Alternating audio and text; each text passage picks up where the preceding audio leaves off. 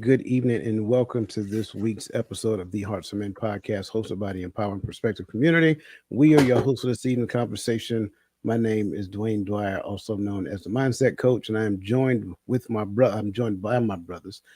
Beside me is my brother Roland Walker, also known as Poor Man's Dr. Phil. Up under him, you will find our other brother, Mr. Tawami Gaddy, known as the son of Timothy, also affectionately known as the Available Man. And up under me is my other brother, Mr. Christopher McClellan from Across the Table with Chris, also known as the Angry Guy that is still learning. Gentlemen, how are you doing on this beautiful Friday evening? I'm good. Very happy to be here. I'm good. Man, I'm grateful. I'm grateful today. I love it. Yeah, I think he cut out just a little bit. But I know he said he's grateful. No, that's all. That's all. Just look. That's all I said. Yeah, my bad. I'm grateful. Making up his own sentences. That's what I'm talking about. As always, man, it's always good to share a conversation with you fine gentlemen every Friday evening, just as it is always good to share conversations with our beautiful member in the chats. And it's always my pleasure to acknowledge you by name. So again, as always, welcome to the conversation, Cassandra McKenzie. Welcome to the conversation, Crystal Everett. Welcome to the conversation, Miss Michelle Ray, Bernadette Simmons, May Bird, Miss Shanithia Burns, and anybody else out there who have not had the opportunity to get in the chat. Please get in the chat. Let us know that you're there, because in this community, we like to acknowledge you by name. Because again, you could be any place else on a Friday evening, but you chose to be here with us, and we do not take that lightly. And if this is your first time being with us on a Friday night, again, put your cursor on your screen. Look in the bottom right hand corner of your screen. You'll see the YouTube symbol. Just put your cursor over that and go ahead and subscribe to the channel. And don't forget to hit the notification bell, hit the drop down, and hit select all. That way, you know, every time we go live, every time we hit the live button, and every time we have a conversation, which is not just every Friday nights, right? So we have different conversations at different times. So by all means, you're welcome to join. Now, if you have been with us over the past couple of weeks, we have been focusing our conversation on domestic violence. Good to see you, Ms. Verlene McCoy, aka Queen V, and welcome. So if you've been with us, you know we've been focusing our conversation on domestic violence. Again, very serious conversation, something that we have to become more consciously aware of. We need to identify the signs and symptoms and things of that nature. And so that's why we've been kind of digging deep into this conversation. So with that being said, before I go into the details about what we're going to talk about tonight, I want to kind of touch on the admin stuff. So again, we're still doing our monthly giveaway, right? Closing out the month of October. So October's gone. So we're still doing November and December, right? So to be eligible for this giveaway, make sure that you go to www.totalmindsetshift.com. Again, www.totalmindsetshift.com. Right. And then what you want to do is you want to register for the site. It is free. It doesn't cost you a thing. Just register to be a member on the site. Once you become a member of the site, go to the main message board. Go to the main message board, and then look at the top post, which is pinned to the top. And you got to open it up, and then you will see a link in there. Go ahead and click on that link and fill out the submission form for that conversation on the month that you want to. You can do every last one of them if you want to. And then for those of you whose questions that we select and inject in this conversation, you will be entered into the drawing. The drawing happens at the end of every month. It will happen by way of random selection. So that way nobody gets special privileges, right? And then, everybody gets their fair share and opportunity to win. Remember, the deadline for the month's conversation will be the last conversation of the month. So again, we are already at the deadline for the month of October. So it's too late for October. Go ahead and dive in for November and December. Now, as we get ready to go into this conversation, I want everybody to understand that everybody's opinion is theirs, right? Nobody's being coerced. Nobody's being, convinced to say anything. Their opinions belong to them, and they do not necessarily reflect the opinions of the community in its entirety, right? So that's the beauty of this conversation. So that being said, now we are going to dive into this conversation. Because we really have something significant to talk about, right? Right. It's this conversation is going to be transformative. You see across several spectrums. You see it on social media. You've probably seen it in your own neighborhoods, and if you're unfortunate, you probably witness it in your own home. See, abuse, whether emotional, physical, or verbal, is a cycle. But here's the thing: cycles can be broken. We all know someone, a family member, a friend, or even a neighbor who's trapped in a vicious cycle, and they might not even realize it, but it's affecting their life and the lives of those around them. Today, we're diving deep into how you can break free from that cycle of abuse through families, friends, and the entire community. Imagine a world where love abounds richly, where people lift each other up as opposed to just tearing them down. And remember, he who conceals his transgressions will not prosper, but he who confesses and forsakes them will find compassion. That comes from Proverbs, the book of Proverbs, right? This is your chance to not just make a change, but to be the change. If you're ready to take this journey with us, hit the subscribe button as we talked about previously, and go ahead and turn on the notification. And for those of you who are truly committed to transformation, join the community on the Total Mindset Shift webpage. And then if you really want to get after making significant transformation changes in your life, go ahead and join the membership program that's located there as well. Now, let's break this cycle together. So as we get started, gentlemen, I want to just drop the initial question in your lap. And that first question is, do you think society is doing enough to educate people about abuse? This is a serious question.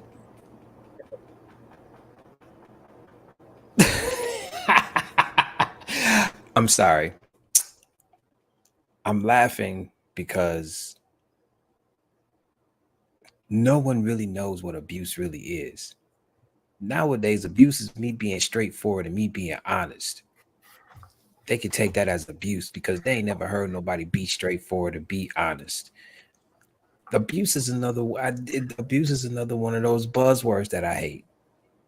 Because honestly, and to keep it real, that's the first thing that most, I hate to say it, and I'm not trying to attack anybody, but abuse is normally the first thing that a woman says a man does to her. And there's so many different forms of abuse. Like I can't say that they are, only because abuse nowadays is up to that person's perspective. You understand what I'm saying?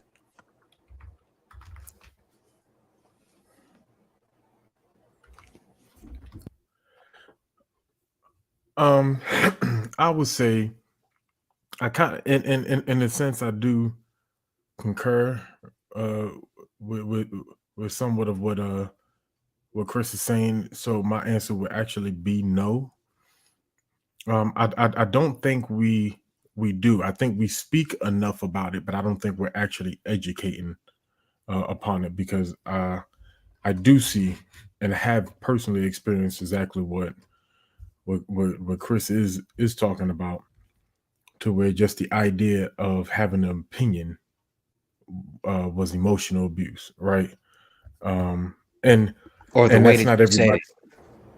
You know what I'm saying? Or just the way that you said it, Yeah, not what you said, just how you said it can be considered abuse. yeah, You understand what I'm saying? yeah. So I don't think, and so I think even when there are authentic stories that are out there, we have become desensitized to the language of abuse, if that makes sense. So I don't think people are really being educated or being alerted to its real and evident uh what's the word I'm looking for, or existence in a lot of families and a lot of relationships. I think I would say no, first and foremost, but I think that we straddle the fence between abuse and offense. And we make the water murky so that offense looks like abuse when it's not necessarily abuse. It may be a difference of opinion or a difference of delivery, but abuse, whether it be physical, mental, or any deliberate abuse, is not necessarily taught on when it comes to personal abuse. You know how what abuse looks like because it's more spoken. I find more talk on the offense or someone offending somebody. If you say it this way, if you say these things, then it's considered abuse when it may not be. It just may be delivery. So, and the reason why I wanted to start off with this because I think what we're hearing is a unanimous opinion, right? Because mine is exactly the same. I don't think that we're doing enough, but I do want to kind of talk about what you guys mentioned. Chris, you first mentioned abuse has become a buzzword, and ultimately, what you hear as abuse today is a person's perspective. Um, where do you think, and this just is not just for you, right? Where do you think these perspectives stem from? Like, where does this? Because we got to realize perspective, in essence, is a person's worldview. So, what is the root cause of a person's worldview that says, "Oh, well, my perspective is that you are abusing me," when, in our opinions, and I got to say it that way, in our opinion, it's not abuse.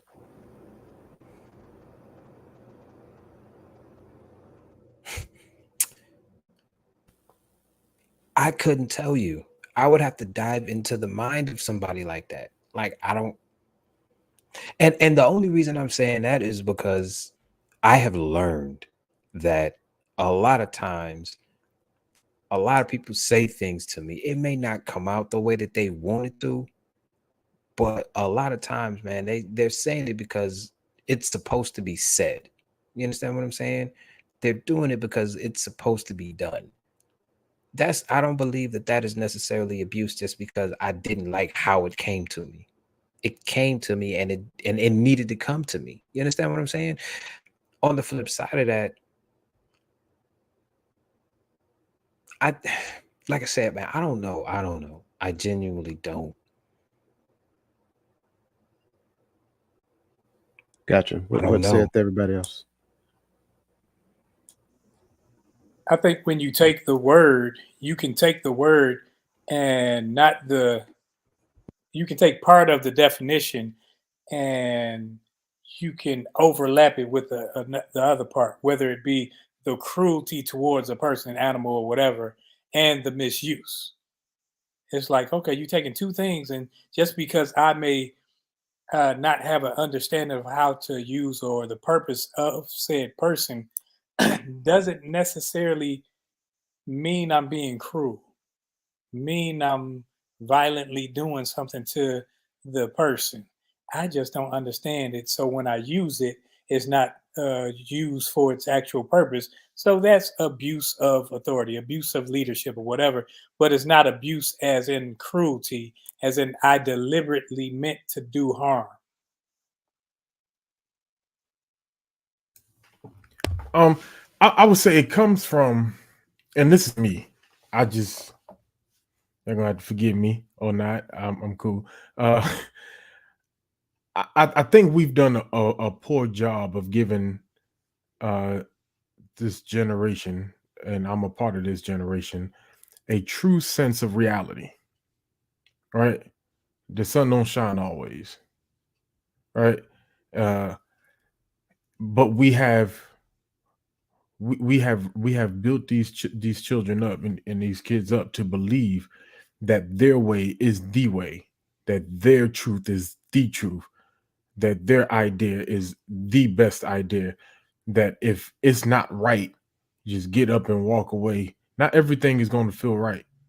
You know what I'm saying? Not everything is going to be is going to always feel good. And so when we don't give them a true balance of what reality is, whenever something or someone, especially when you're talking about relational, uh, whenever someone challenges their ability to be right always, it does feel abusive. And here's the thing.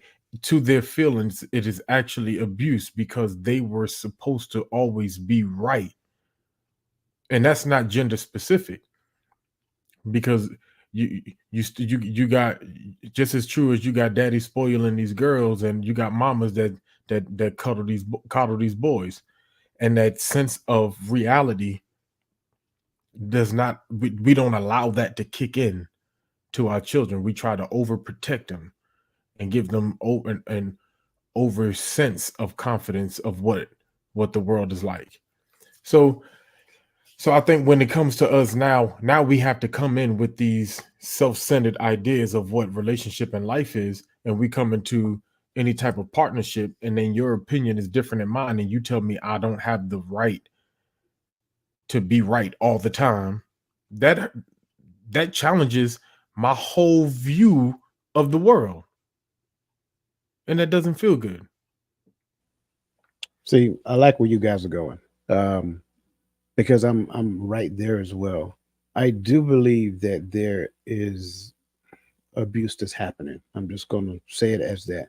I do believe that there are people who abuse authority. I do believe that there are people who use intentional language to tear people down. I do believe that there are people who to attack another person emotionally, or use their emotions to, manipulate a situation. I believe those things happen. However, there's another side of the story. And the other side of the story also is in reference to the person who was never taught the necessary level of resiliency that they were supposed to young as a child learn as a child. So when they got out into the world, they don't get offended by every little thing that happens. They don't get offended for somebody who actually identifies reality as it is, and then articulate their observations to that person. You're offended because that person is being honest with you about their observations. You chose to be offended in that situation, and then later, when the situation did not work out, the situationship, right? When it did not work out, you're going to create the narrative that says that this person was abusive. I think those exist as well. And I'll be honest with you, I was looking at a video earlier today, and I think it was about Tyrese Gibson, and he was articulating that in relation to his ex, because that's the narrative that's the role that she is hiding behind to some degree. So I wanted to dive into that, because even though it sounds like a very simplistic question, I think the resounding answer at this particular point is no, we're not doing enough. And so now I want to jump on to, I think it was Roland. No, I'm sorry, not Roland. It was Gaddy who brought up not enough educating, right? We're not educating. I'm gonna kind of throw a curveball, and I hope you don't mind. I'm gonna kind of throw. Come on, man, spit it out. What you got? No, but see, how can you have enough education on something that's so fluid according to how society perceives it or how that person perceives it? Like, we all just went around here and none of us had like a concrete anything about what abuse actually is. So how can you have enough knowledge about something that's supposedly that's fluid? You understand what I'm saying? So great point. So that's what I was about to get to. I want to kind of put it back on Gaddy, because that was his point of view, right? And I'm gonna start with Gaddy, but Gaddy, and I don't want you to be the only person to have to answer this. Like, when it comes down to not enough education, like we're not educating ourselves to the extent of understanding what is a clear cut sign of abuse. I think the one abuse that we really do understand is sexual abuse. I don't think anybody's confused about any of that. So, in your opinion, bro, what type of education do we need, or what does that even look like? Um, Now that is, I think, it's probably the toughest question you could probably ask all night, because what it looks like sometimes is based upon who's telling the story, who's giving the information, right? Um, but what we need to do is be able to break down, kind of like what we started off with, right? There has to be a conversation about what is just hurt feelings, and move that out the way so we can begin to peel back the layers and identify the abuse that is going on, because there is definitely mental abuse going on and emotional abuse. There are people who there's women who abuse their softness to get you to do what you want to do. There's men that abuse their vibrato and their loud and their heavy bass to kind of fear you into submission when they in a conversation. Like there's different things that people that we use, and we see it every day. Those are the things we have to identify and separate that from my feelings are hurt because you said something different than what my mama told me was right, or be against what I want to be right. You know what I'm saying? Because and that goes along, because this conversation goes deeper than really 4 weeks. Let's get real, because there's some things, just because I grew up here in America, that is offensive, but to someone else is just common day conversation because that's their culture. And so is that abuse now because I'm here, or because they're here, or you get what I'm saying? I said, so I think those things, those lines have to be drawn. We have to begin to start drawing the lines first so that we can get there. And then once we get there, we need to expose that thing at all costs, no matter who it unrattles, or who it rattles, and who it unveils as an abuser. Just like we do with the sexual abuse, right? You see, with the Weinstein thing comes, and then if you let the conversation go, I'm pretty sure there's more and more people. Oh, there's a place. Hold on, wait. If there's a place, we know that we've heard these people talk about this. You get what I'm saying? So now we can get to identify that this is what the abuse look like here, and these are the gameplay, the players in the game. And the same thing goes with relationships, because when you expose the truth, it exposes who people really are, especially to the person they're abusing. When they hear the truth, then their eyes open up.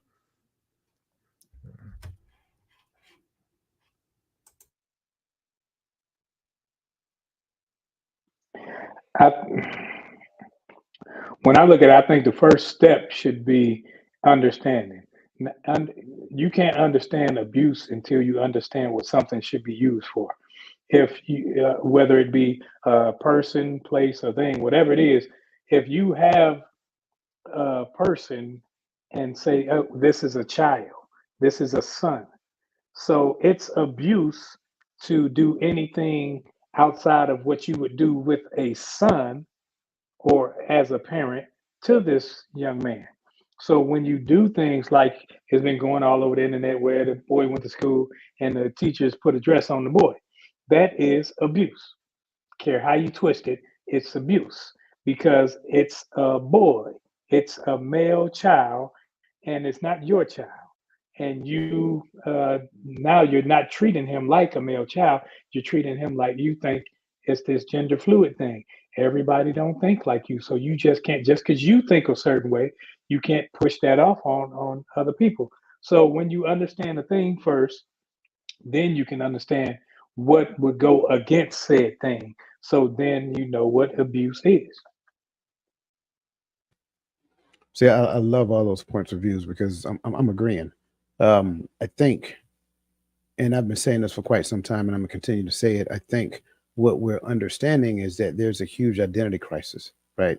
Most people don't necessarily understand who they are. So on one hand, they don't know if they're being abused, or they're assuming that they're being abused. Again, not to say that there's not abuse happening, right? I want to make sure I'm crystal clear when I'm saying that. So because of the identity crisis, like, we got to get to the point to where we have a clear understanding of the purpose of a thing. Like, I always use my butter knife sample, right?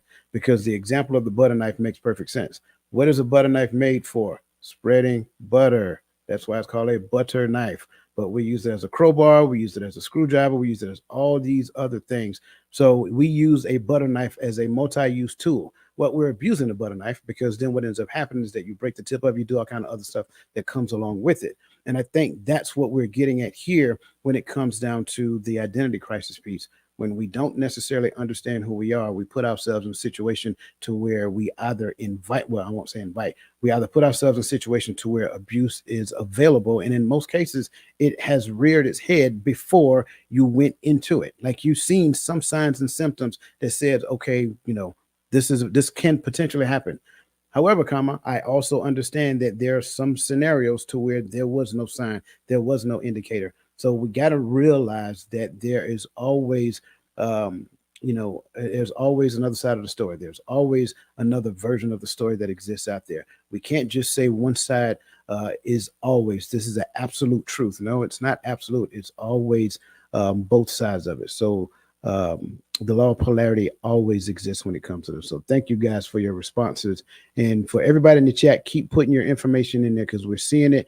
I'm going to get to it, I promise, because I see you're already starting to add the value that you normally do.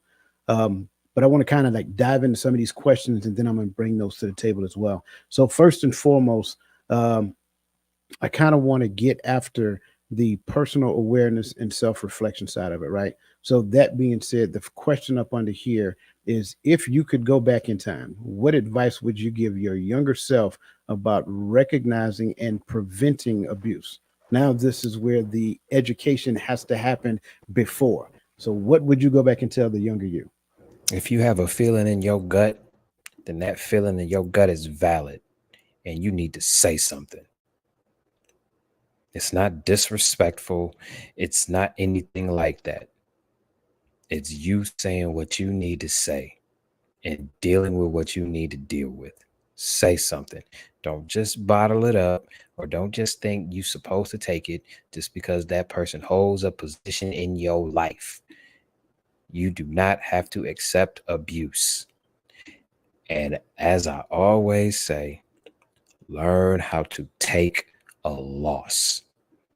Because a lot of times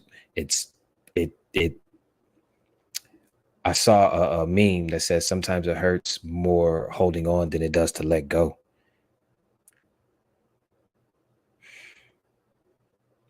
It's okay for you to say something, man. And I don't care who it is. If it's your parent, be respectful because that's your parent, but be respectful.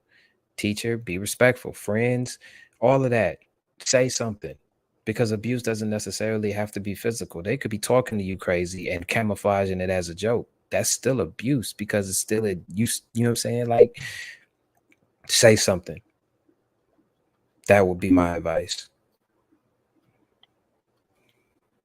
I think for me, I think I would tell my younger self that abuse and trust kind of go hand in hand. So make sure that you aren't on the other side of that abuse when someone entrusts you also.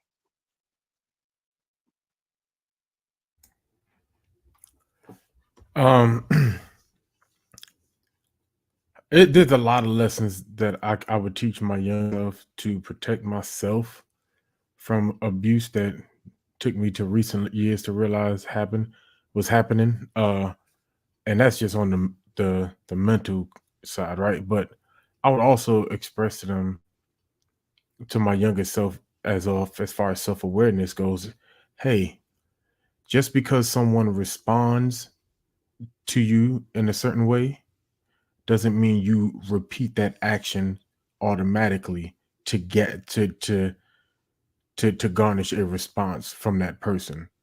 Because to me, that is a sign of abuse, and it's one that I don't think a lot of people notice that we do. Right? It's almost like a marketing tool, but and when it comes to relationships, uh, friendships or whatever, it's abuse. If I if I know that if I just shut up and I walk away, that because you feel like as if you hurt me or whatever the case may be, or if I don't respond to your text for 2 weeks, I know you start to feel the sting, and then you came back running to me. And if I do that every time because I know you'll come back and admit you're wrong, then after the second time, that's abuse. And that's something that I've noticed that we used to do a lot in our community.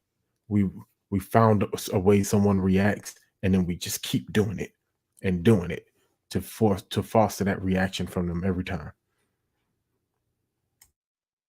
That's all great advice. Um, I think for me, I think we all understand that there's a common cliche that says hurt people. But on the other side of that, heal people as well, right? So I think coming from a lineage of hurt, and I don't think anybody's exempt when I say this, coming from a lineage of hurt, I would tell my younger self to start asking questions. Ask questions early, ask questions often. If you don't understand a thing, ask a question. If you want to know why this took place, ask a question, right? Asking a question is not a form of disrespect, it's a form of curiosity only if it is because you want to learn. So make sure that you ask questions before because you want to learn, not because you're sharpshooting or anything of that nature. Ask questions. Ask your mother questions. Ask your dad questions. Ask your uncle's questions. Ask your aunt questions. Ask any adult who literally desire to pour into you so that your life can be better, right? So that would be the advice I give myself. Ask questions about any and everything under the sun, because you guys know just as well as I know, especially as a young boy growing up, right? There's a lot of things that we did not ask, and we just went out there and did the trial and error thing. And some of that stuff backfired on us. So instead of doing that, right, ask questions again, ask questions.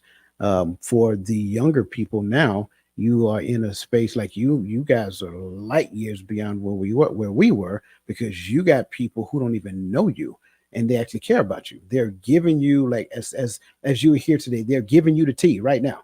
You know what I'm saying? They're giving you the things that they would have done if they had known better, or if somebody had taken the time to invest in them. And oh yeah, by the way, you got to realize, especially in our community, there's this thing called pride, right? So you will have grown men who did some things in their life that they weren't too proud of, and they would try their best to hide it and keep it in the closet, keep them skeletons hidden, right? And so they would teach lessons from the perspective of perfection, knowing good and god doggone well they wasn't perfect. So that's the thing. Ask questions, and ask questions. If you ask questions, and you know, and the right adult hears that, and they understand you have a desire to learn, then hopefully, prayerfully, they will take the time to pour into you so that you can expedite your life and get to the place where you're thriving at an earlier age, instead of going through the rigmarole of just simply trying to figure it out. I think that's important to understand. So let's see, because there's a lot of great statements here. I want to jump up to Michelle Ray's statement. I think we answered Ms. Verlene McCoy question. As a community, do we really know what abuse is? So Michelle Ray said she said behavior in society has been supported in a positive way. Michelle, if you can expound on that, I'd want to make sure that I'm understanding exactly what you're saying. She later goes on and says she don't believe that we're doing enough. I think Ms. McCoy said we have always been taught that abuse is more physical and verbal. What is mental abuse? Great question. So, gentlemen, if you don't mind, real quick, would you mind addressing? I think that's a question.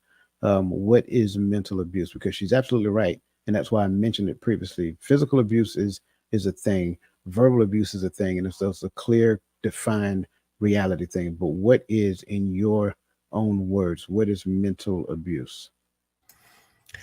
Uh, I jump on that grenade first. I think when you and I'm talking right now from the aspect of, like, let's just take a romantic relationship. When you know your spouse and you know how they react, and this is just one way, and you use that and you shape that to get what you want out of the relationship, or to get a change out of them, right? That whole concept of, and believe it, amongst women my age, this is definitely a conversation. The idea of build a Negro, uh, that they know the things, a lot of women know the things that biologically men react to from women. And so when you use that thing to try to shape them and move them and manipulate behavior out of them, and then 5 years later they turn back around, they don't even recognize themselves, it's because that's mental abuse. That's you fake a hurt to get your loved ones to run to you and give you the attention you want. Those type of behaviors are mental abuse.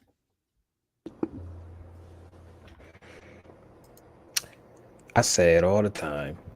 Mental abuse is you thinking that you have some sort of power or some sort of control over somebody that's in your life just because you hold a position in it. That to me is mental abuse, because it's a form of manipulation. And manipulation by definition in this context would be abuse, because you're trying to change how this person thinks and how this person feels just because you hold a position in their life. You're trying to keep them there. That to me is mental abuse. And it comes in all shapes and forms from everybody. I'm not talking just one dynamic. I'm talking every dynamic. You'll hear it and you know it. Like I said this before, man, we're not as dumb as people make us out to be, man. We know what this is. Like we do. We know what this is. It's just different. It's just different. I would say that the mental abuse aspect of it resonates more with a lot of people, but we haven't reached a mature point in the conversation to actually have an intelligent conversation about it. Right now, a lot of men out here, since it's okay for us to talk, we're just word vomiting a lot of stuff and not really like processing it. So I think that could be a component of why this conversation is so contentious. But just to get back to the question, I honestly believe that mental abuse is someone thinking that you are supposed to be this way just because they have a position in your life and you got to do it because of the position.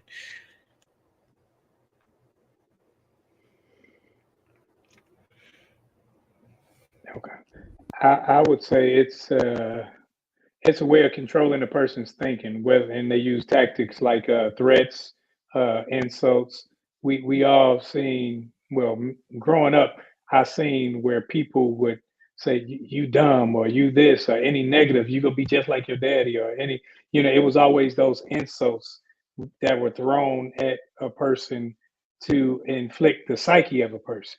And they're thinking that it's going to change them for the better, but you're throwing it out there as an insult, and it's demeaning, and it makes a person smaller. It doesn't build them up. Anything that doesn't build you up mentally, that's thrown out there like that, is meant to control your way of thinking or where you go. And I know people would like the movie What's Love Got to Do with It. That was a perfect example, the whole movie. And I don't know how much of it was true, but how they depicted Ike and what he would say and the things that he would say to Tina was all mental manipulation. Oh, you gonna leave me like the mother fools?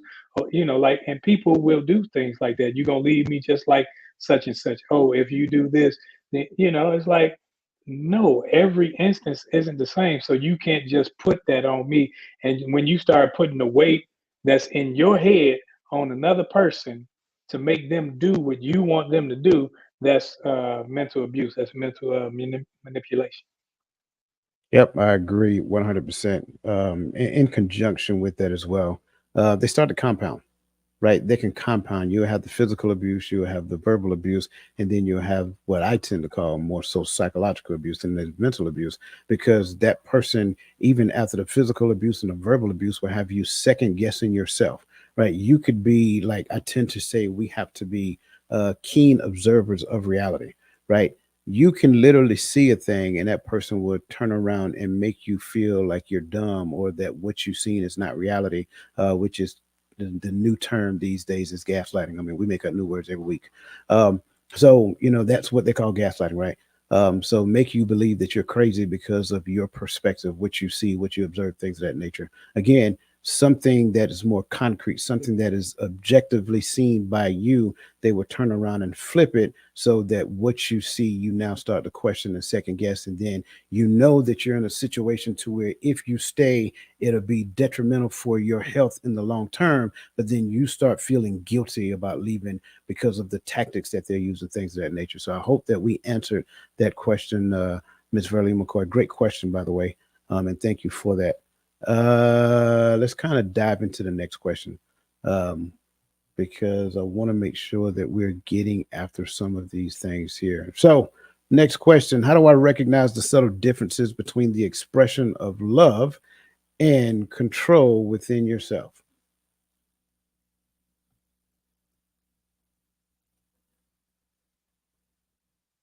Expression of love and control.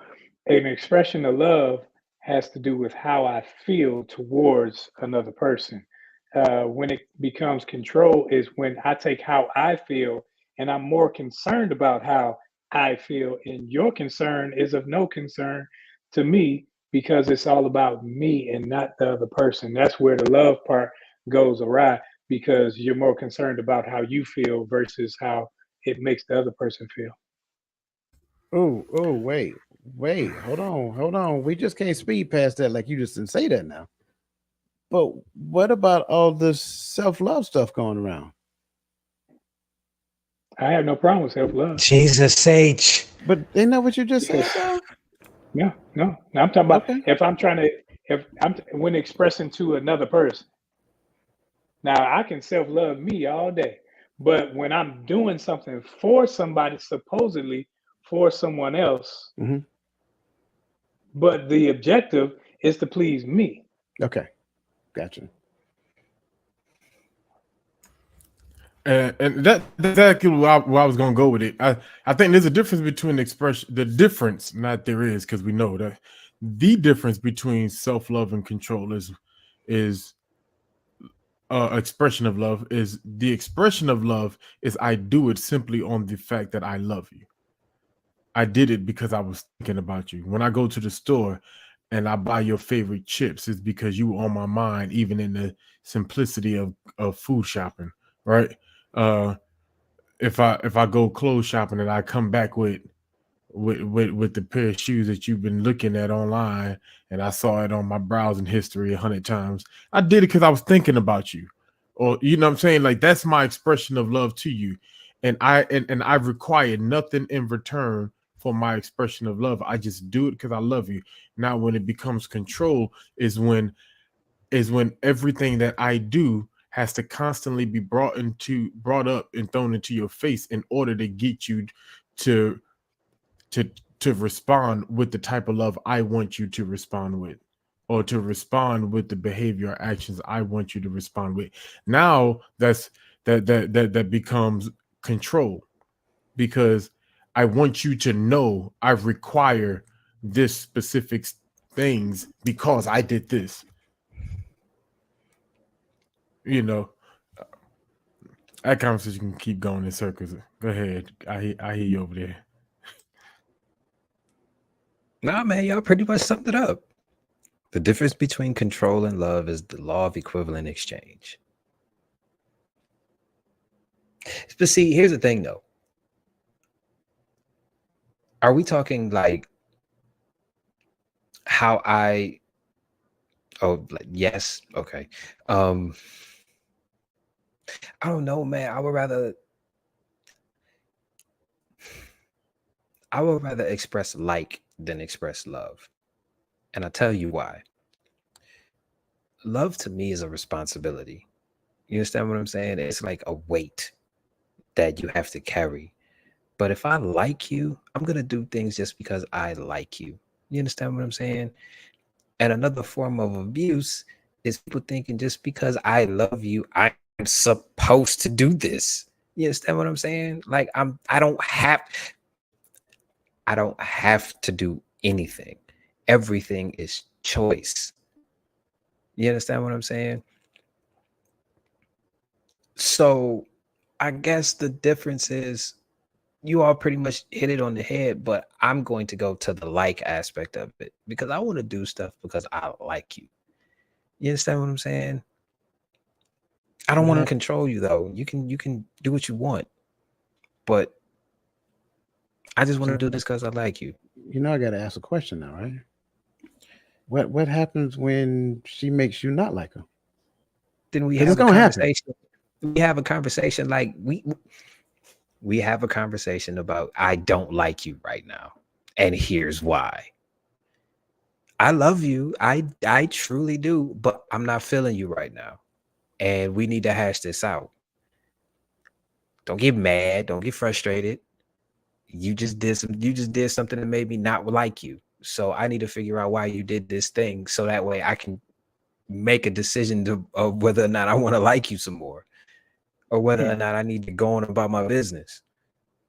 So let me ask this, because I think I like what you're doing here, right?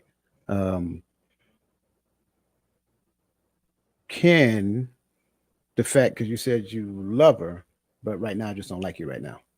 But the question become, even in the midst of not liking you right now, do I still do the things that I would normally do because I love her, even though I don't like her?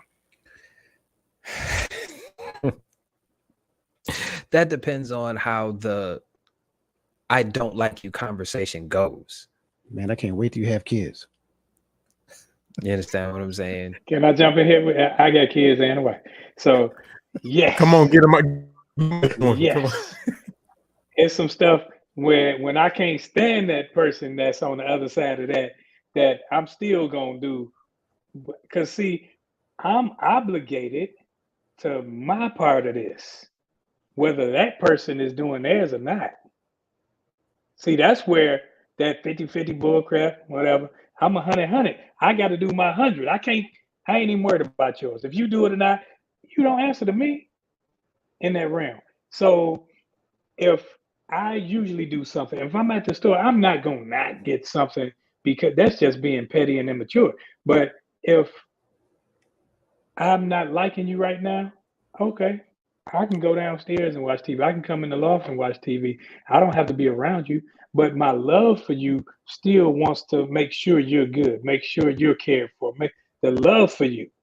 Not a like, man, you can go outside and, whatever, but I'm going to make sure you eat. Oh, But see, I make the food, but I'm not fixing your plate.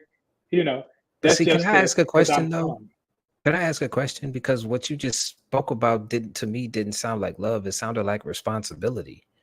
You have a Love is responsibility as the responsibility. husband to keep. You have a responsibility as a husband to keep everything that you need flowing. I don't know. Like I said, man, love is different. I don't understand it. So I would rather just focus on how much I like a person. Maybe when I get to that point, I can tell the difference. But I get what you're saying as far as being committed, and as far as being a husband, you got responsibilities that you need to take care of. But I compartmentalize. I don't view me taking care of what I was going to take care of anyway, whether you was going to be here or not, as love. That's just me doing what I'm supposed to do. You just here. You understand what I'm saying? So I don't know. There's a slight difference though, right? So you use a statement a lot, right? I just take the L, right? But that's when that's when love steps in, right? Because there's a lot of excuses out there to just take the L, right? And that's when you basing on that like premise, right? But on that love premise, it allows, sometimes taking that L is just biting the bullet and fighting through the dislike right now because I love you. Though there is a responsibility, like will have me to abort mission on that responsibility because I don't like what you do, say, or did. But love keeps me committed to the responsibility because I made a vow to you to be responsible. I'm not responsible to you because, like you say, I hold that position. I'm responsible because I vowed to you that I will be responsible to you. So though I don't like you and I can't stand you probably, but guess what? I love you, so I'm still here, and I'm still trying to fight and make and keep up my end of the vow the best I Perfect can. example. The movie Boomerang, when Eddie went and slept with Mike Tyson's ex-wife, Robin Gibbons, when he went and slept with her, and And then he came back home to Hallie, and then he said, "But I love you." And she said, "Love, if you love me, you would have brought your A home." Yeah, love would see when you like a person, you ain't got to come home. What it matter? Because if I lose you, like I like Crunchy Munch, I like Crunchy Munch. But if I go to the store and Oh shoot. Hey, we lost I you, get bro. some peanut butter Captain Crunch, I'm still good. I don't have to have it. It's not. I'm not obligated to it. So the like portion is I can like a lot of things, but when it's that love, love has a commitment value that supersedes what I like. So I do what I wouldn't do because of the love, not because of the like. Because the like is, I'll just go find another. I beg to differ because I want to do stuff for people I like. You understand what I'm saying? I want to come home to people I like. You understand what I'm saying? I don't view love like that. Love is the way that you are describing it, it seems like it just seems like a huge weight, which is why I compartmentalize. You understand what I'm saying? I have to compartmentalize. Love would have brought you home last night. So but okay, we're committed and we're doing all of this, but don't use that as because you think I'm supposed to think like that, that I'm supposed to think like that. I think that's a version of control. If you ask me, love should have brought you home last night. So what you think of love, I'm supposed to think of it too? No. Love is love. I don't think it's a I think it's a respect and responsibility thing for whomever. I don't care how you twist it or word it, you can try to frame it. Because if you focus on like I like going to get my feet done when the little Chinese woman sitting up there doing the little thing on the feet and she, doing feet. I like that. I like when they stick my feet in the water and stuff. I don't have to do it. I can do it myself. See, there's no commitment to me and Miss Sue at all. It don't even have to be her. It could be Johnny or whomever it is with the American name. But there's no commitment. See, I think what we do is we say like and love. It's all. It's. See, we look at these things as just mere feelings. So yeah, I feel like sometimes I feel, like sometimes I feel like talking about the candy bar. Sometimes I don't. And talking about almond joy mouth. No, that's not love. I like them. I can have either or, but that's not how this love thing works. And I think when you have children, there are things that you will do for your children that you looking like, man, I wouldn't have never done that for nobody. But then you see, there's always a sacrifice for love. Love comes with sacrifice for things that you normally wouldn't do for just everybody, but because of that love, not like. And I understand you saying you got to like people. Yeah, you want to like the people that you're around, or you can just go and kick rock somewhere else. But when it comes to, I don't think we're talking about you getting along with, you having that relationship at the moment with. We're talking about that deeper feeling, that deeper commitment of a person that you're intertwined with. So, go ahead, bro. No, I just wanted to jump on it real quick because I do agree, Chris. Love is a weight. It is a weight and it is a burden. But you know what? Because I love how my body looks when I get bigger, I lift the weight constantly. Damn right. Think all right. So I lift the weight constantly and I lift it with purpose, with execution, because there's something that happens to me when I do it. So yes, love is a weight, and I can't go to the gym and be afraid to lift that weight because it's heavier than what I lifted last week. I have to go there willing to do what it takes to get myself to the next level. This is what love is. And love hurts a lot of times, yes, but the problem is we walk into with the fear of not receiving that same level of love back. So we don't want to give it because we don't want to be hurt, which means we're not willing to love.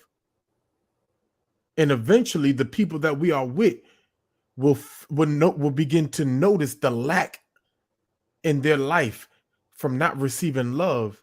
and they will have to abort mission to find it. So we can't move in that fear of not of someone not reciprocating. Lift that burden, lift it, and do it with purpose and repetition, because there is an effect that it has on you, and it benefits you every day, even when it hurts. That's all I got to say to that, man. Yeah, so I'm gonna jump in real quick because we're kind of focusing on the difference between like and love right now. No, you get the difference between like and love. And what I would tell you is that, Brother Gaddy, what you described about the gym, that's like, that's not love.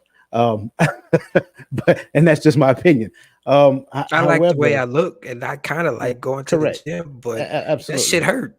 right. But it feeds this thing here because I like how I look. That's my ego. So we got to understand it's a big difference between like and love, right? And what I would tell you is that like is the gateway to control. Because I like this thing, I will convince the other person to do a thing because I like it, right? So we got to be careful with that. But we can continue along that conversation at a later point in time. But the difference is understanding, right?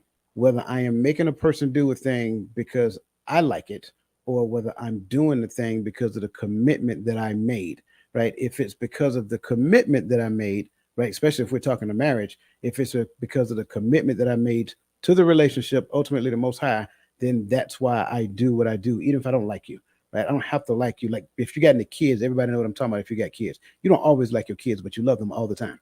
You see what I'm saying? But by that same token, the like thing, yeah, I don't want to manipulate them to do anything. I want them to take the things that I teach them and move forward and be the best versions of themselves that they can possibly be. But they don't always get the like, but they will always get the love. And that's the point that I want to kind of make in there. And they was going off in the chats as well. So, man, where do I go? I think I said in the chat, Brother Barrel, welcome to the show. Let's go with Rand. What is it, Rand? I hope I'm saying your name right. I lost it. Somebody else put something in there. Randy. Randy. Okay, there you go. Women, including myself, have gotten hurt due to taking things personally versus you not like the actions she did. Um, yeah, I think that's I think and I think I'm understanding what you're saying. I think a lot of times what we'll do because of what we like or what we don't like, we will take a thing personally when it comes down to our interaction with somebody else. So great point. Moving on to the next. Let's grab two more before we move on to the next question. Um, I don't Loving someone is allowing them to be themselves. And if you're not controlling someone, that's not an act of love. So I like that. I think that came from I think that came from Stephen. Nope, I'm sorry, that came from Cranberry. So I get what you're saying, but I would say that loving someone, even if me sharing something with them, understanding that they may not like what I'm about to say. They may not necessarily like my observation or me sharing it with them. I'm sharing it with them because I love them. It's not me focusing on the like. And so I would take the risk because of love. So, in the space of allowing them to be themselves, what we have to understand is that allowing them to be themselves, relationships is the gateway for growth and development. So, allowing them to be themselves is so that I can observe who they really are, learn who they are, and then share some things that I observe, and they do the same thing with me. So what we have is a symbiotic relationship. That's the law of reciprocity now, right? That going back and forth of us developing each other in the direction that we're supposed to go for the sake of love. So that's the piece that I would add there. Bro, you about to say something, bro? Yeah, because like in this situation, that's why I hate when people come to others and they say, I got to tell you something, but you can't get mad. Like, huh? So you want to tell me that you about to tell me something that I'm going to get mad, that you think I'm going to get mad, but I can't feel. I have to allow the other person to feel whatever they going to feel, because if I'm trying to control it, I need to keep it to myself. Because when you got to control every nuance of a relationship, of a feeling, of another person, like people that buy gifts for other people and don't get the response, and then they get mad. You got me a gift that you like. You didn't buy me Right. something that I would like. So you wanted to do this. Just say you wanted it. I give it to you. But don't say you got it from me. And that's a manipulation. That's a controlling measure. But a lot of us have that when we buy gifts. Like, oh, I just knew you was gonna like that. Like, dude, that woman don't play basketball, and you bought her some J's. Talking about let's go to the court. That's for you. That ain't for her. But Big facts. Big facts. Love it. Love it. Love it. Adrian, good to see you. Welcome to today's show. Yeah. Okay. So moving on to the next question, because man, we're already at our point. Goodness. Next is communication and relationships. All right. The question that I have here, yeah, I know. Does my upbringing influence my understanding and tolerance of abuse? If so, how? Absolutely. Because I know what it looks like, and I ain't dealing with that no more. This is why I'm not afraid to lose. I have a zero tolerance for abuse because I had to deal with it from people that I thought loved me. No.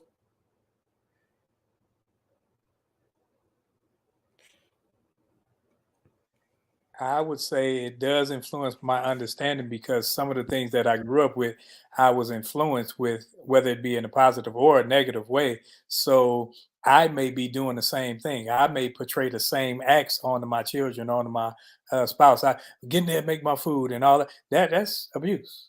That because that's not her role. That's not her role to be talked to like that.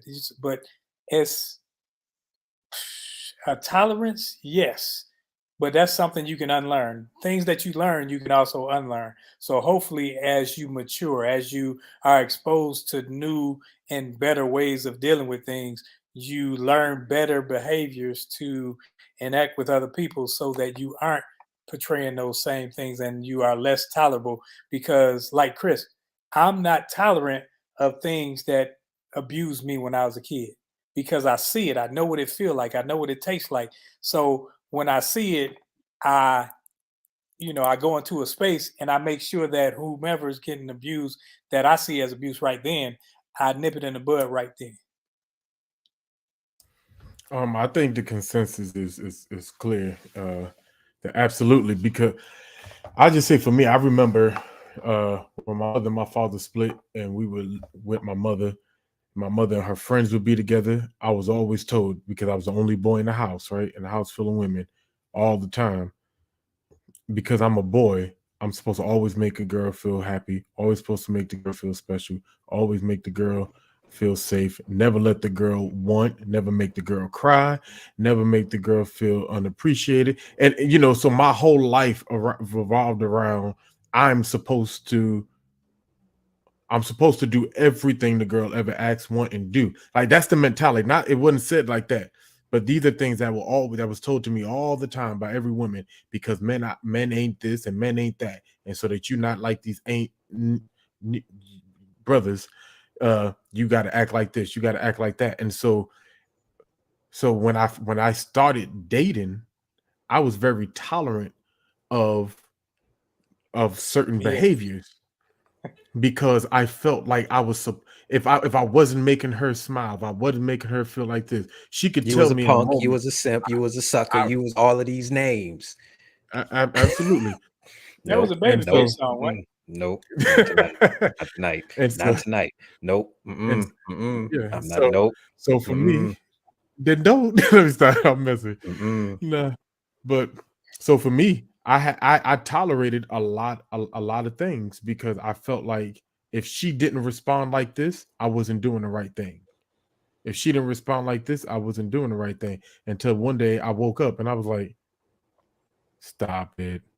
No. And then the first time I told girl, no, you ain't a real man. Because a real man would have not paid my bills so that you can get something you don't need. No, sorry. Oh. Then I got told I don't deal with broke Negroes. And I said, okay, have a nice day. Right. But growing up, yes, I tolerated a lot because that's how I was brought up. That's what I was taught. Yeah, I think this is a unanimous yes, without hesitation. Not only is it a unanimous yes, it's even a yes twice on Sundays. I think we've seen some things growing up to where it was the norm, and you would hear certain things. Well, oh, that's just how she is, or oh, that's just how he is. So we were taught to accept certain things. We was taught to that's norm within the space of relationship. You tolerate these things because of love. Well, no, I beg to differ. I think those things that we seen were more so of coping mechanisms than it was for authentic relationships. Okay, moving on.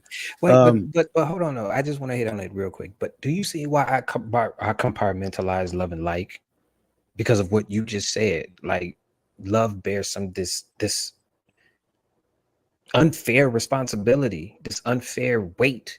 You understand that I'm supposed to. You know what I'm saying? I'm sorry. Go ahead. I'm sorry.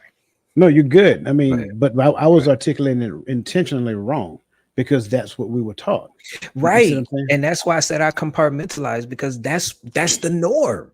But to my point, we can't bring old teaching into a new space. You see what I'm saying? We have to, and I think Brother Gaddy said it, like we got to unlearn some things, right? You weren't taught everything right. And so we have to become intentional about what we unlearn for the sake of learning the new information.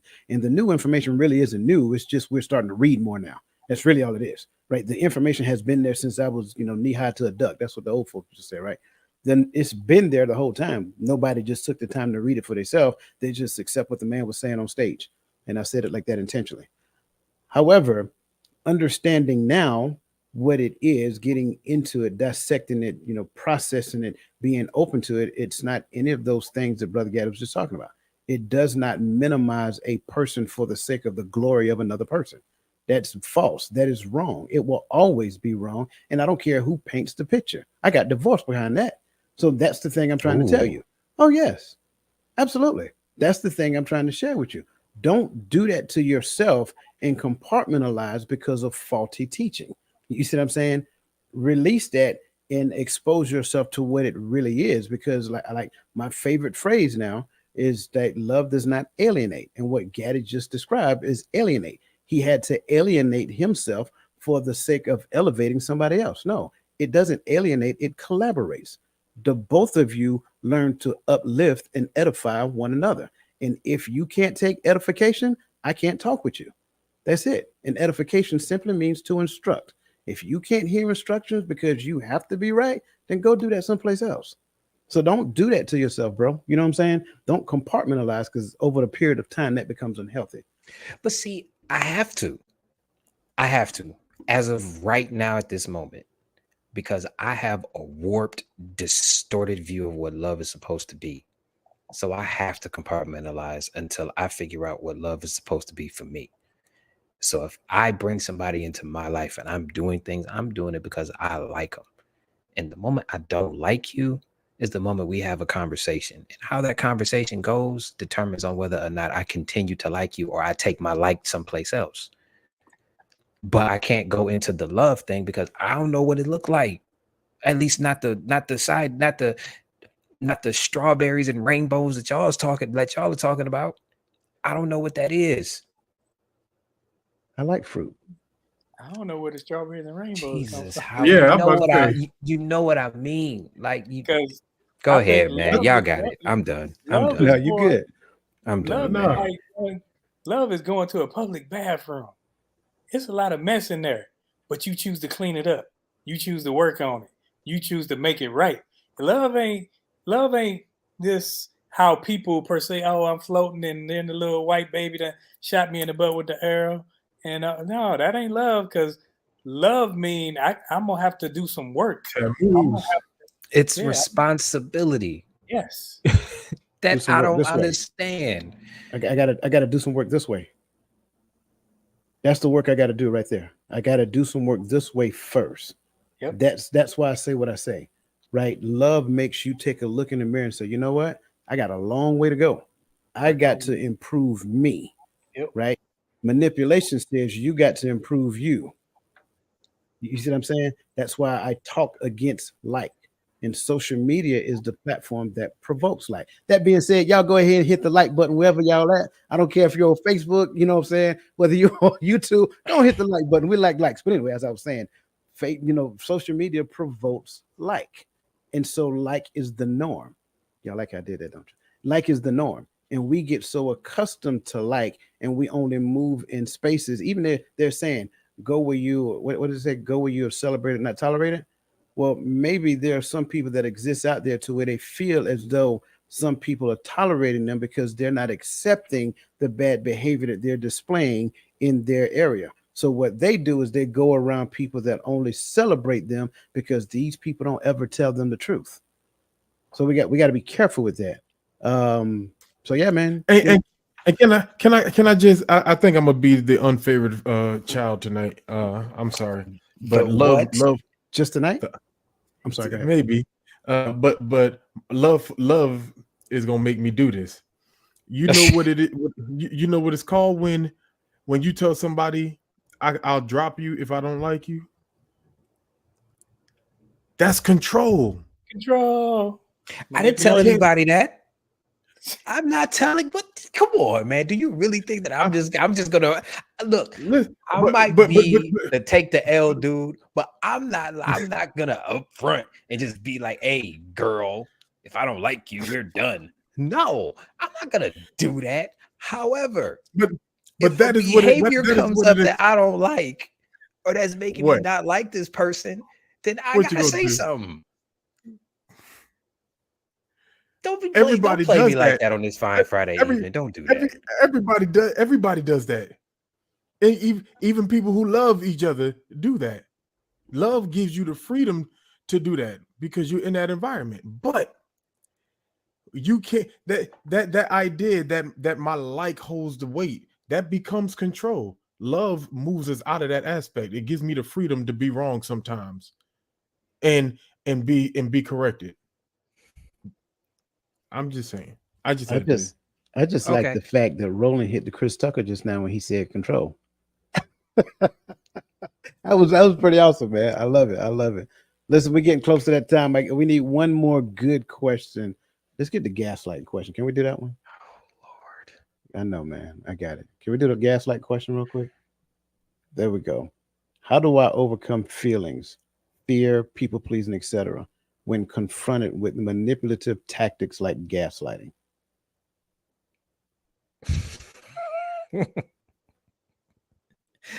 You walk away. You walk away from it. When do you? I'm not opposed to what you're saying, but when do I walk away? You walk away from it when you first notice it. You know when that person, I don't even understand.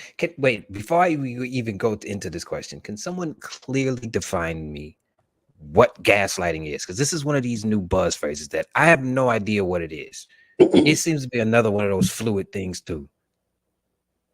According to the American Psychological Association, gaslighting is manipulating another person into doubting their own perceptions, experiences, or understanding of events.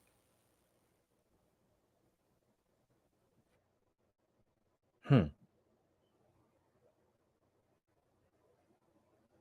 to your point, you're absolutely right. People would just use that term in a false, from a false narrative.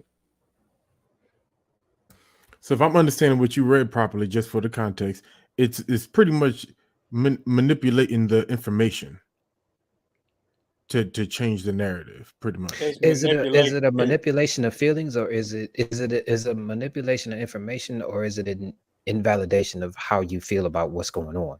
Any version of contortion, right? Any version of contortion to gain an advantage over another person in a particular scenario. That's the best way to simplify it. It's like instead of me trying to understand what you're saying, I say you crazy, and everybody thinks like you crazy. Because now what I'm putting on you is that you're wrong for thinking the way you do, and I'm right. Or this is easy. Yeah. Oh, this is easy. I tell him to shut up and not go on about my business. But it could be like people that have been damaged by other people. When you're talking molestation and all that other stuff, they will say, like family members will say, he ain't touch you like that. Stop acting like that. I say, no, he didn't mean it like that. Like he didn't mean it like that. How else can he mean it? He had his hand on my in the thigh. So things like that, where other people will tell you you didn't really see or feel the way you felt. It wasn't that way. So both of what he said then, information manipulation and invalidation. That's why I Okay. say any version of contorting. How do you overcome the feelings when being confronted like it's actually happening when you're having a conversation?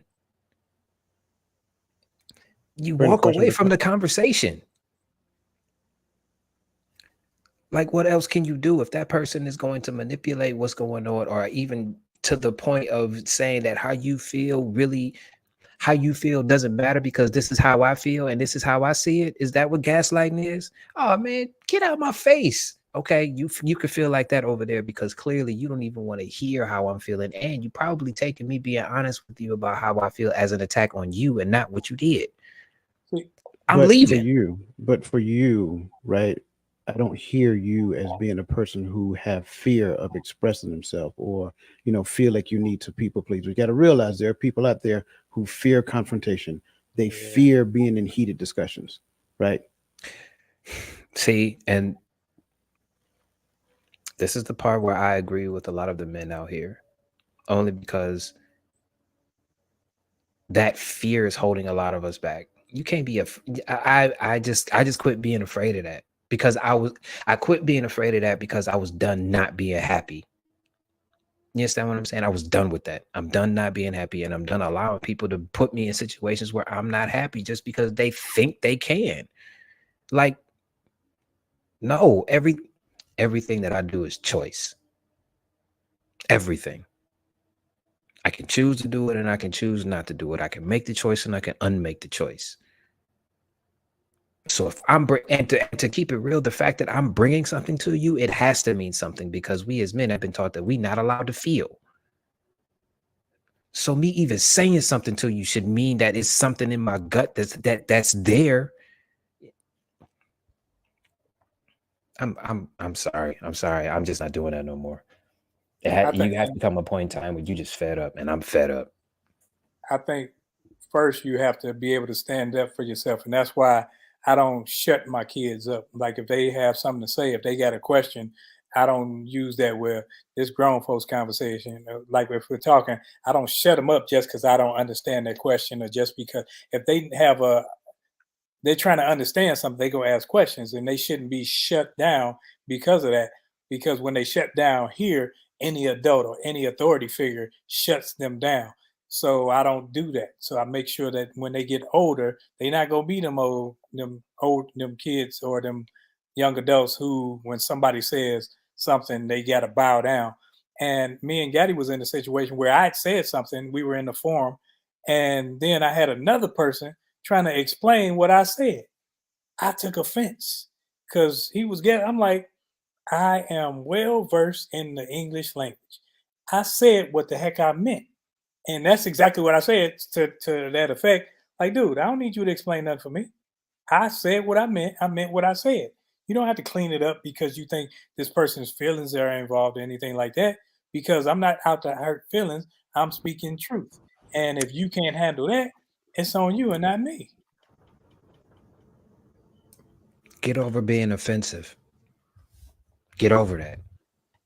Because just opening your mouth and saying something runs the risk of you offending somebody. If you got a feeling in your gut, say something. I don't care who it is. Just be respectful when you say it, so that way it doesn't come across as grr. Like, hey, let me talk to you for a minute. I don't like this feeling I got. Let's hash this out. You understand what I'm saying? If they take offense to it, let them process it. But I think another portion of this needs to be understood, that a lot of times when we talk, we're not talking about you as a person. We're talking about the thing that you did. So we're trying to address the behavior. And I think that on a general scale, the behavior is so intertwined with the person that they can't tell the difference. It's like so much a part of them that when you say something, it feels like you're talking directly to them. And They don't know how to differentiate that. That's just my take on it.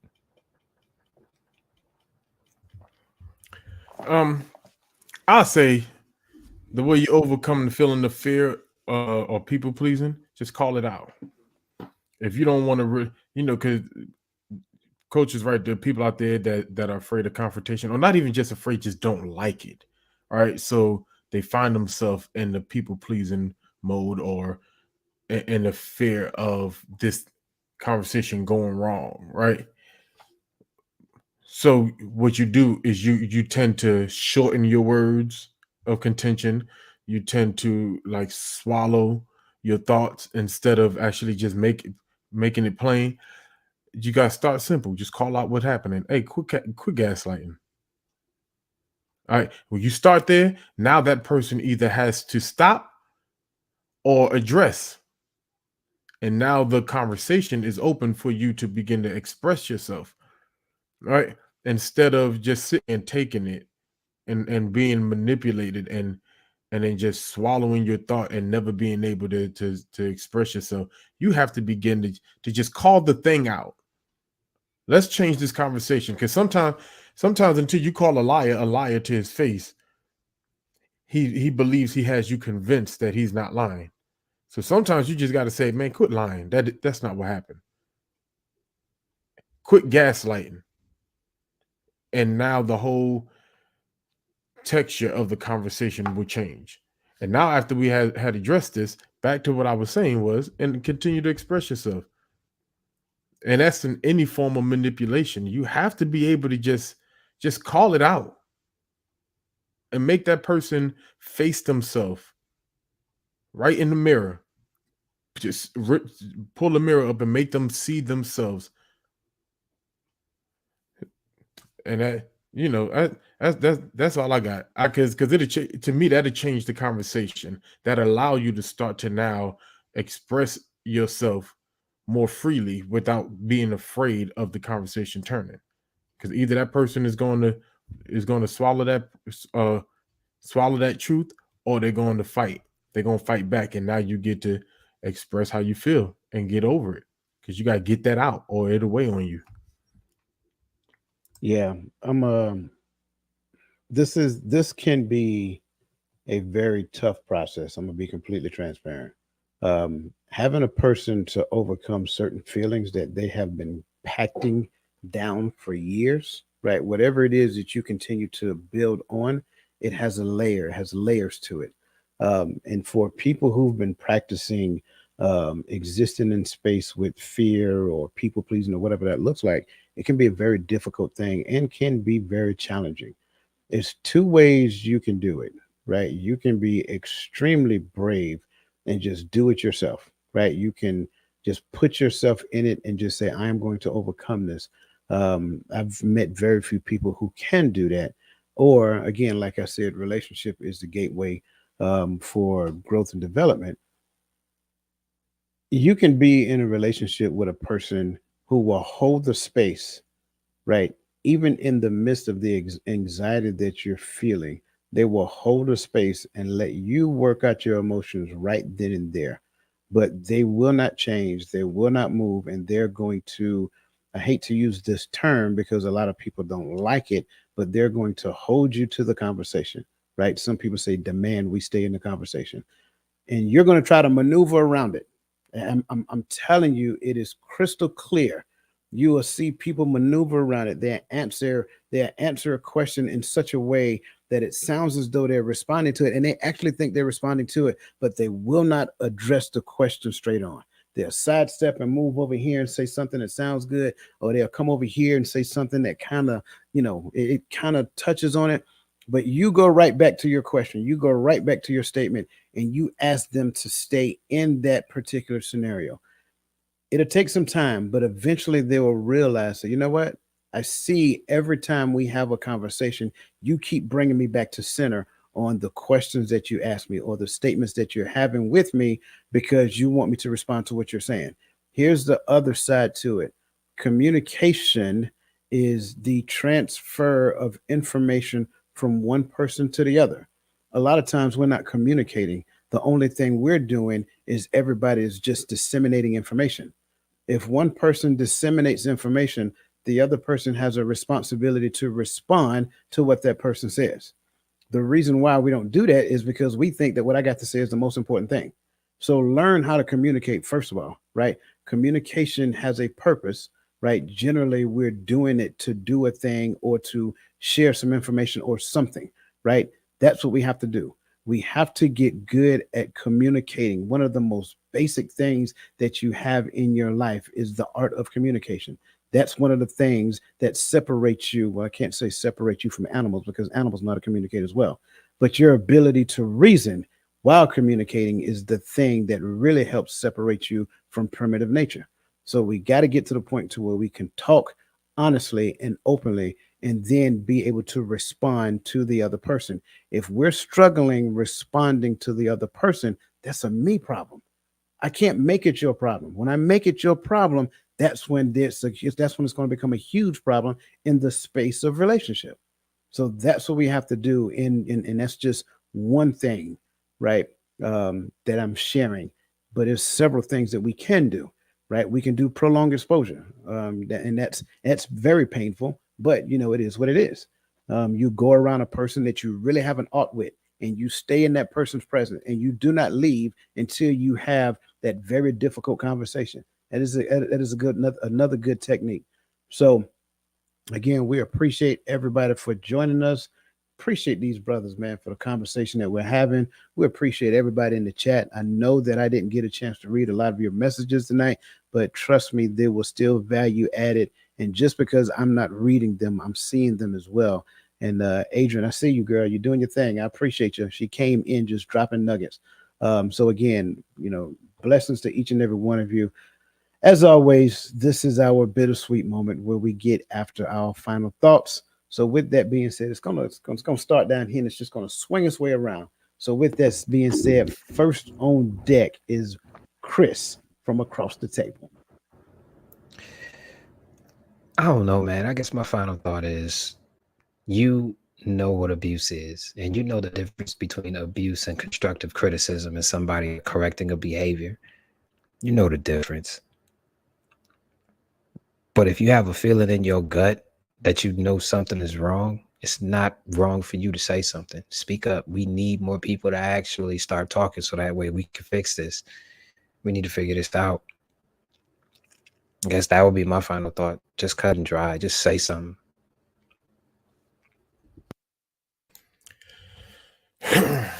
I think a lot of the things that we deal with when we talk about emotional and mental abuse, um, in that aspect, it deals with the first with the first fact that I believe in our community is that we do not spend enough time with our own healing, and because we haven't healed, we tend to be, and I think abuses has become so commonplace, right? Not just physical abuse, but mental and emotional abuse has become so commonplace in our culture that we don't even know what it looks like no more. It's just a thing. It's just life now, and it's because we deal with everything from our hurt place, from our wounded place.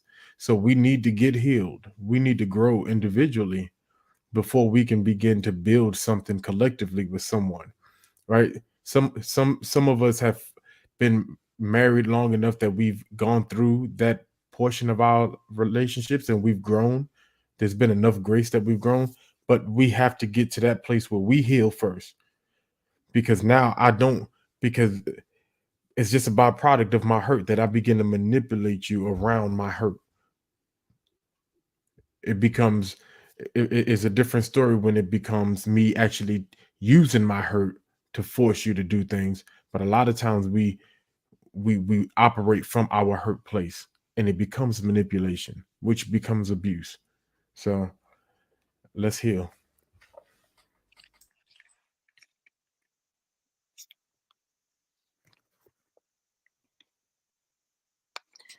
I like that. That's where you stop because I started with work on bettering you. You work on yourself, and then you will it'll limit what you fall for. It'll limit the mess, the mediocrity that you allow in your space.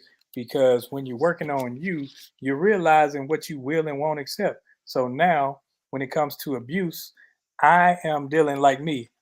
If I'm ever in a relationship, it's gonna be with a woman. So now I can't come to her like I'm talking to the fellas. I can't deal with her like that because women are emotional creatures. I don't care how you twist it, y'all in the emotional realm more than men. That's just how you were made.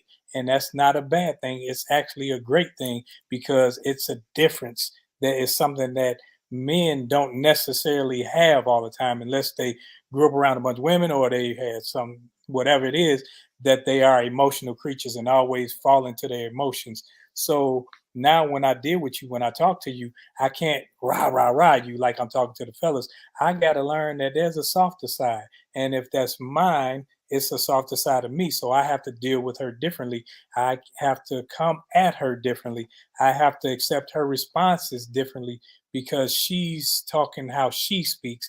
Now I have to learn to listen how she speaks and not just how I listen. So when it comes to abuse, working on self will allow you to not just help yourself, but it allow you to help others. It allow you to help your children, your spouse, your people that are you are around, because now you start to see the gaslighting, you start to see the manipulation, you start to see the tactics that where you want me to love you, but you trying to force me to instead of allowing me to be me. So when you allow others to be themselves, then it's a certain freeing that's inside of them that says, man, I can be myself with him or her. So now I am in a comfortable space where I can talk about anything and I can discuss my hurts. I can discuss my damages.